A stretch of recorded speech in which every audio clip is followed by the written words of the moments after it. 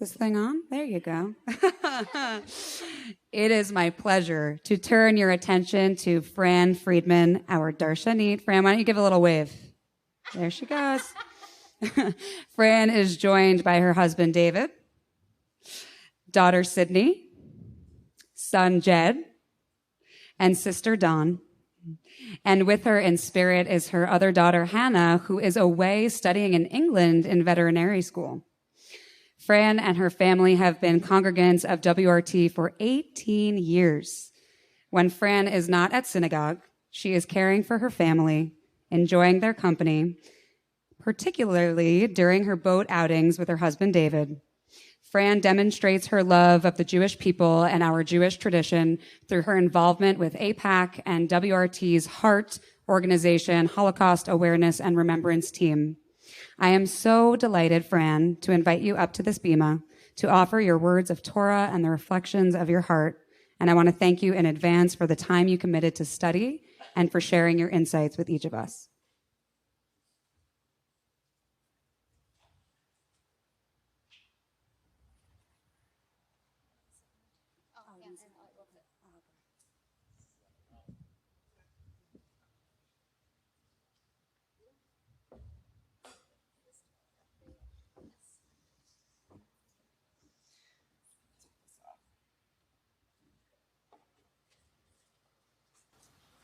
Shabbat Shalom. As I read and reread this week's Torah portion, which is the last two portions from the book of Numbers, Matot-Masei, I wondered what I could learn, write, and then teach about such an important part of the Torah. For those who do not know, one of Matot's meanings is tribes, and Masai means journey, as the tribes were on a 40-year journey through the desert. I very quickly learned that writing a Devar Torah is a journey in itself. Though maybe not as tedious of a schlep as 40 years in the desert, I came across my own obstacles, enlisted the help of others, and instead of manna had a bagel and schmear. This week's parsha discusses the idea of vow and then demonstrates how important keeping one's vow through the experience of the Israelites' 40-year journey in the desert. Moses first speaks to the head of the tribes and explains that every man should fulfill his oath. If a man makes a promise, he must fulfill it. Moses further explains that the same goes for every woman. If a woman makes a promise, she must fulfill it.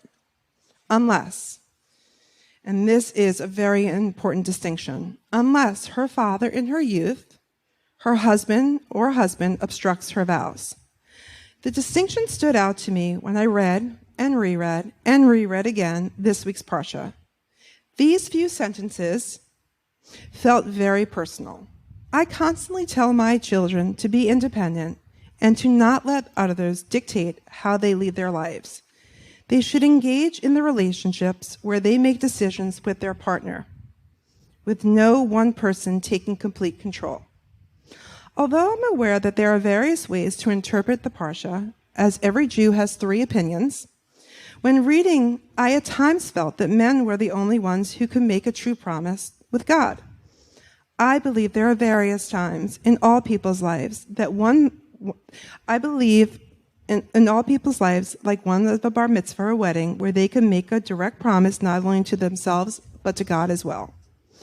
Of course, making a vow or a decision is often not an action one takes on their own, and God is not always the intended audience. I often find that I make my most important promises alongside my husband, whether they are intended for God, each other, or our children. Instead, one of us feeling like we can annul the decision of the other, we try to make these decisions together, which helps us fulfill the strength in our promises. The latter part of the Torah portion is linked to the first, as Moses encourages the sons of Reuben and Gad to continue their journey and fulfill their vows of helping the tribes find a home in the Holy Land.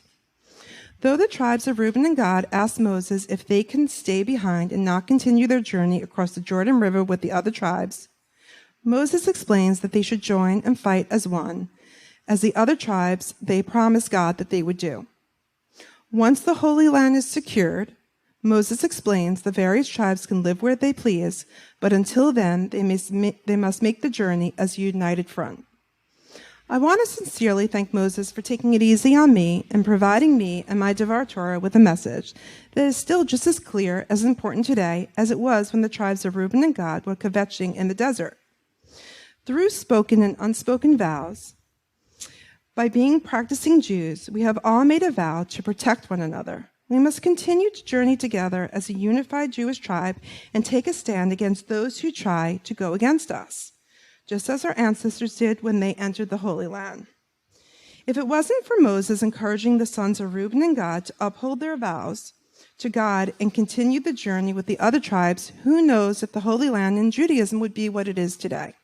So, I vow both myself and God to always teach my children to defend their promises and encourage all three to engage in relationships that allow them to make decisions together, without one person having the complete ability to annul the wishes of the other. I also vow to continue on the journey of protecting our Jewish tribe and not backing down to those who are against us. Shabbat Shalom.